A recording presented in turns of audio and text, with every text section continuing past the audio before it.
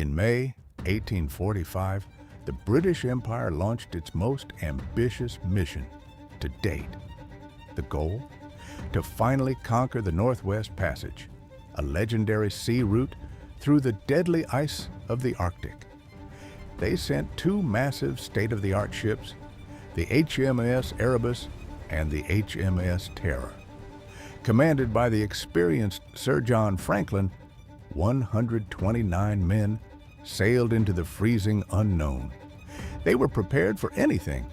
Their ships had steam engines, hulls reinforced with iron plates, and enough canned food to last 3 entire years. They brought a library of 1,200 books, mahogany desks, and fine silverware.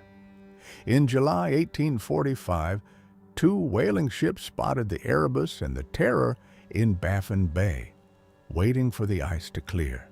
The crews waved to each other across the freezing water.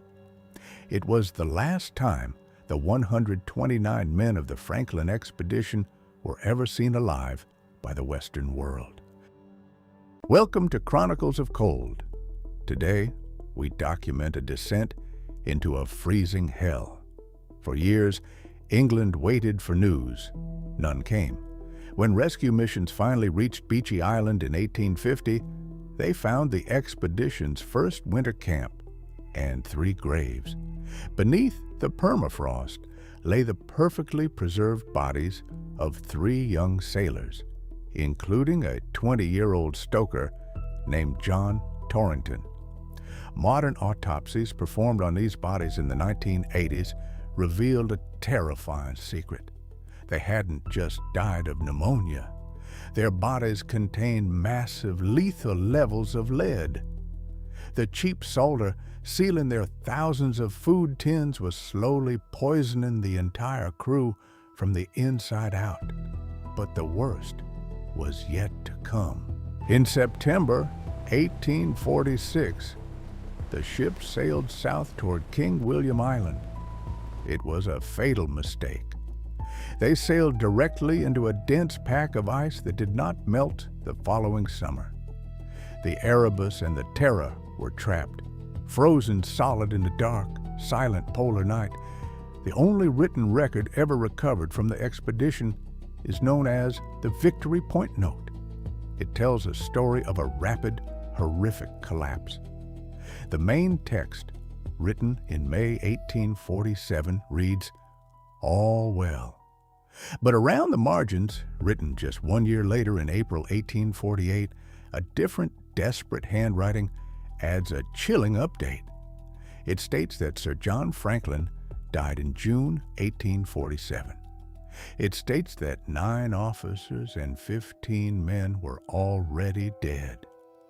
And it reveals their final suicidal plan. Ships deserted on 22nd April, 105 souls start on tomorrow for Backsfish River. Imagine the scene: 105 starving, scurvy-ridden, lead-poisoned men stepping off their safe wooden ships into a negative 40-degree wasteland. In a state of delirium, they dragged massive wooden lifeboats across the jagged ice. But they didn't pack just food.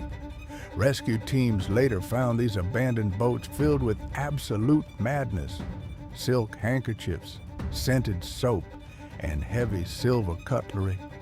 Local Inuit hunters reported seeing groups of starving white men falling and dying as they walked. But they also reported something far darker, something Victorian England refused to believe for over a century. In the 1980s and 90s, forensic anthropologists examined the scattered bones found along the men's death route.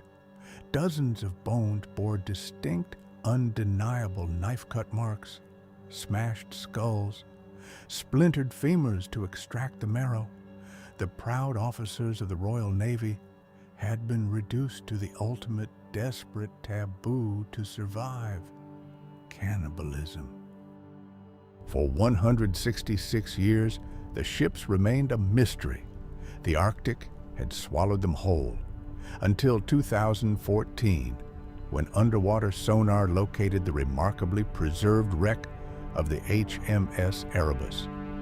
2 years later, the HMS Terra was found sitting perfectly upright in a silent bay, its glass windows still intact, a frozen time capsule of tragedy. A combination of arrogance, lead poisoning, extreme weather, and disease wiped out 129 men in the most brutal way imaginable. The Arctic doesn't care about your technology or your pride. It only knows how to freeze. What aspect of this historical nightmare terrifies you the most? Let me know your thoughts in the comments below. And if you dare to explore more frozen mysteries, subscribe to Chronicles of Cold. Until next time, stay warm